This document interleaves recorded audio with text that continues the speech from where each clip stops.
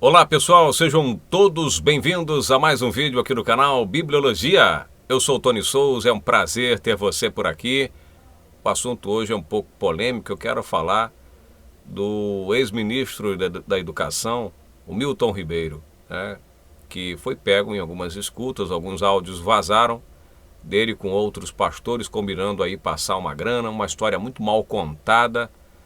E o povo fica naquela situação, né? Até que ponto isso é verdade ou não? Até que ponto é a mídia, que a gente sabe que ela não gosta de Bolsonaro e tão pouco dos evangélicos, está fazendo de tudo para denegrir a imagem dos evangélicos, dos pastores.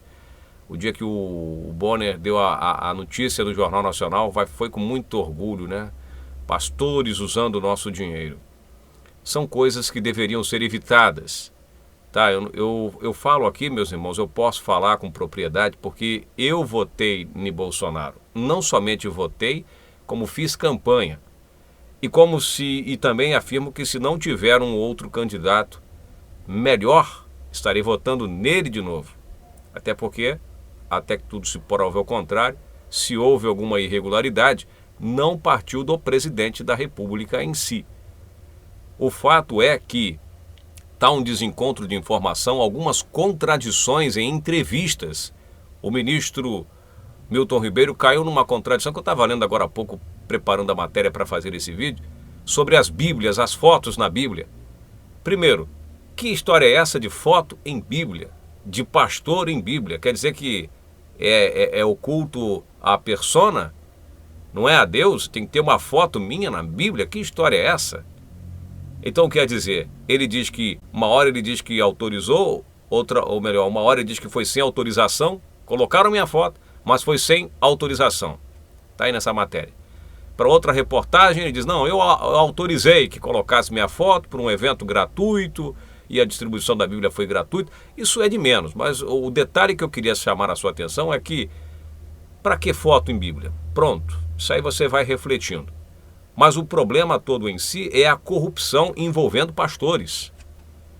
Os pastores, e aqui quem fala é um pastor, né? Eu tenho propriedade para falar, porque eu também tenho este cargo maravilhoso, não me envergonho disso, não me envergonho do evangelho, não me envergonho do meu cargo, ainda que tenha maus elementos, pessoas que dão mau testemunho. Não é o caso do ministro em si, até porque, volto a dizer, eu conheço bem o sistema de imprensa, sei da guerra que está acontecendo e eu acho que por causa disso mesmo, esses políticos, esses ministros, esses pastores que estão envolvidos aí, porque o Bolsonaro, para se manter no poder ou para ganhar a eleição, ele teve que fazer aliança com a liderança evangélica, tem que ter atenção redobrada.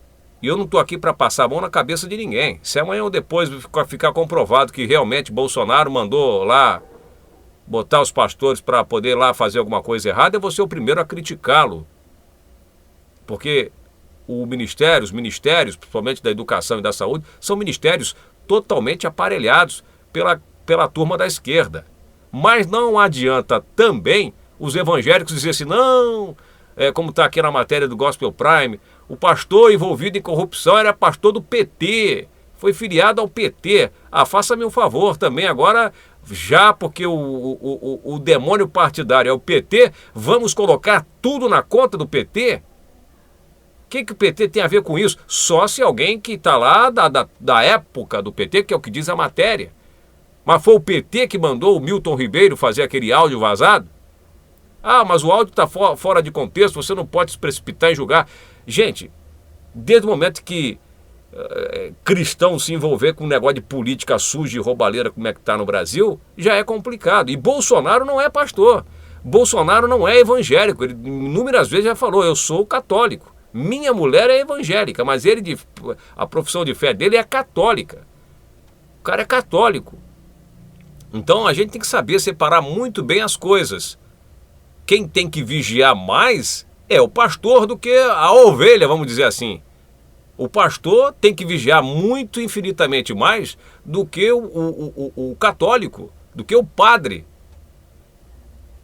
Não estou falando isso por posição de que ele é maior do que o padre, não, mas o pastor tem que ter uma postura mais séria. Por isso o apóstolo Paulo vai dizer para a igreja de Éfeso, lá no capítulo 5 aos Efésios, dizendo, olha, vede prudentemente como andais como sábios e não como maluco, como louco. O áudio que está lá, que vazou, que viralizou vamos fazer o que tem que ser feito, as verbas vamos distribuir, fazer as coisas prioritárias e o que sobrar a gente vê se vai abençoar aqui os pastores. Pelo amor de Deus. Essas bagunças que tem aí nos centros teológicos dos pastores e alguns institutos teológicos e algumas igrejas, algumas bagunças, a gente não pode levar isso para o Congresso, para os ministérios. Porque a gente sabe que tem, infelizmente, algumas coisas erradas em algumas igrejas, e aí eu falo mesmo sem medo de errar, porque a gente sabe o que acontece pelos bastidores de alguns indivíduos que são lobos disfarçados em pele de cordeiro, que só pensam no diabo do dinheiro, agora vão para a política para fazer bagunça. Tony, você está se precipitando. Não, eu estou falando como eleitor aqui. E também falando, claro, também, por que não, como cristão, como evangélico, que nós precisamos observar o quão prudentemente nós andamos. Portanto, é uma história muito mal contada, contradição, e não adianta agora a turma evangélica querer colocar na conta do PT, porque o PT não está no governo. Não é governo. Não faz parte nem da base, é oposição. Agora vamos demonizar também o partido que está tentando voltar, como diz o Geraldo Alckmin, à cena do crime. Deixa os caras voltar, estão fazendo tudo para voltar, a gente sabe disso. Então fica aqui um alerta, fica aqui a minha observação e a minha análise dos fatos. Mas nada foi comprovado? Claro, evidentemente nada foi comprovado. Mas o testemunho a ser dado não era nem para ter deixado a coisa chegar no ponto que chegou. É para se policiar. O que pastor vai fazer em gabinete de Ministério da Educação? O que pastor vai fazer lá? Pastor é para estar no campo, cuidando da sua igreja, cuidando das pessoas. Tony, mas José foi governador do Egito. Deus colocou José lá. E José não entrou no Egito para roubar. José não entrou no Egito para se envolver em treta. Muito pelo contrário, se ele se envolvesse lá, e se ele não tivesse aliança com Deus, ele teria sido expulso de lá. Não teria nem chegado onde ele chegou. É Deus que exalta. Bolsonaro, Deus colocou ele lá. Agora, todas essas tretas aí que esses caras estão arrumando, é porque ele tem que governar. A governabilidade depende, né, de o sistema político aqui é um sistema presidencialismo de coalizão, tem que ter aliança com todo mundo. Aí vem determinadas situações lamentáveis. Não era para estar acontecendo essa coisa toda. Eu vou aguardar cenas dos próximos capítulos. Se tiver de me retratar sobre o assunto, eu vou chegar aqui humildemente e vou me retratar. Mas a história está muito mal contada. Eu sei que tem os excessos da imprensa, eu sei muito bem disso tudo, tá bom? Mas que aonde tem fumaça tem fogo, isso, né?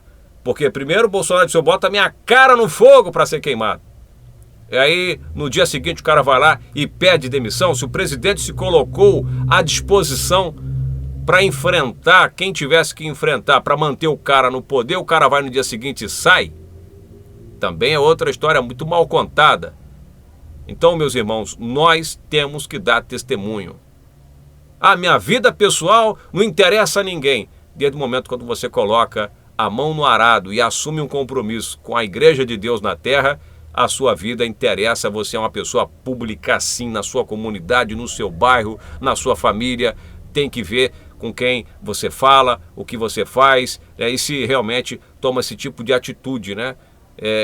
São falas que são comprometedoras, que tiradas de contexto realmente complica. Eu vou ficando por aqui, deixa a sua opinião aí, o seu comentário, e vamos aguardar, vamos orar, mas aqui a gente tem que ficar observando e não ficar cego, ser um eleitor cego ou um crente cego. Temos que contestar algumas coisas. Estamos aqui a qualquer momento com orações, com palavras, com estudos, mas vamos observar essa situação aí e que sirva de exemplo para nós também. Tá certo? Que Deus abençoe a todos de maneira rica e abundante. Se inscreva no canal, curta, comenta e compartilha para nos ajudar o nosso trabalho diário. Graça e paz.